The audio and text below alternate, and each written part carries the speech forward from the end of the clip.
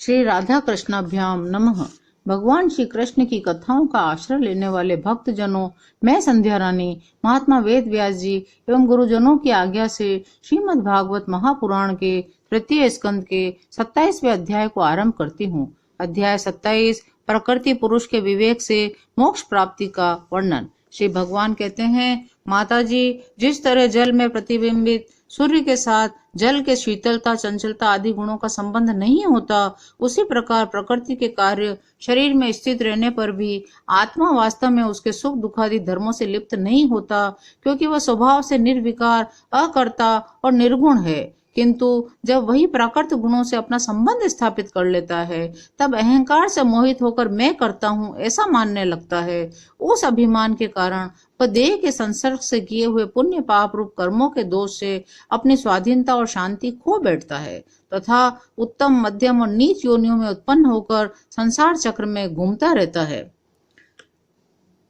अतः चित्त को बार बार एकाग्र करते हुए मुझ में सच्चा भाव रखने, मेरी कथा श्रवण करने, समस्त प्राणियों में संभाव रखने, किसी से वैर न करने, आसक्ति के त्याग, ब्रह्मचर्य, मौन व्रत और बलिष्ठ अर्थात भगवान को समर्पित किए हुए स्वधर्म से जिसे ऐसी स्थिति प्राप्त हो गई है कि प्रारब्ध के अनुसार जो कुछ मिल जाता है उसी में संतुष्ट रहता है, परिमित भोजन करता है, सदा एकांत में रहता है, शांत स्वभाव है, सबका मित्र है, दयालु है, धैर्यवान है, प्रकृति और पुरुष के वास्तविक स्वरूप के अनुभव से प्राप्त हुए तत्व ज्ञान के कारण स्त्री पुत्रादि संबंधियों से सहित इस देह में मैं मेरेपन का मिथ्या अभिनिवेश नहीं करता, बुद्धि की जागृत आदि अवस्थाओं में भी अलग हो गया है और परमात्मा के सिवा कोई वस्तु नहीं देखता। वह आत्मदर्शी मुनि नेत्रों से सूर्य को देखने की भांति अपने शुद्ध अंतःकरण द्वारा परमात्मा का साक्षात्कार कर उस अद्वितीय ब्रह्म पद को प्राप्त हो जाता है।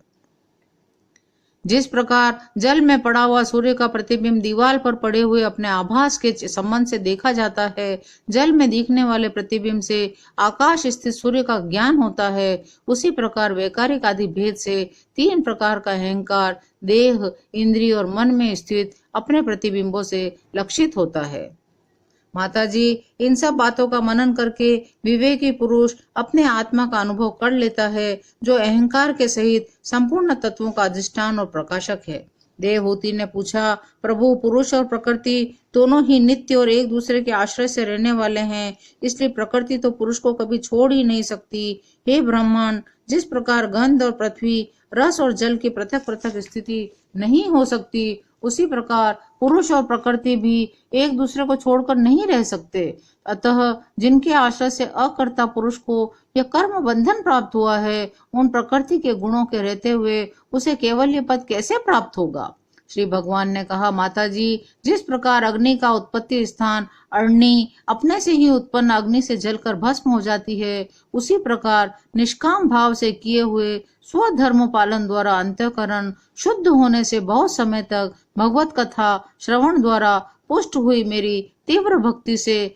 तत्व साक्षात्कार कराने वाले ज्ञान से, प्रबल वैराग्य से, व्रत नियम आदि के सहित किए हुए ध्यानाभ्यास से और चित्त की प्रगाढ़ एकाग्रता से पुरुष की प्रकृति दिन रात क्षीण होती हुई धीरे धीरे लीन हो जाती है। फिर नित्य प्रति दोष दिखने से भोग कर त्यागी हुई वह प्रकृति अपने स्वरूप में स्थित और स्वतंत्र हुए उस पुरुष का कुछ भी नहीं बिगाड़ सकती। जैसे सोए हुए पुरुष को स्वप्न में कितने ही अनर्थों का अनुभव करना पड़ता है, किंतु जग पड़ने पर उसे उन स्वप्न के अनुभवों से किसी प्रकार का मोह नहीं होता, उसी प्रकार जिसे तत्व ज्ञान हो गया है, जो निरंतर मुझ में ही मन लगाए रहता है, उस आत्माराम मुनि का प्रकृति कुछ भी नहीं बिगाड़ सकती। जब मनुष्य अनेकों जन्मों में बहुत समय तक इस प्रकार आत्मचिंतन में ही निमग्न रहता है, तब उसे ब्रह्मलोक पर्यंत सभी प्रकार के भोगों से वैराग्य हो जाता है। मेरा वह धैर्यवान भक्त मेरी ही महती कृपा से तत्व ज्ञान प्राप्त करके आत्मानुभव द्वारा सारे संशयों से मुक्त हो जाता है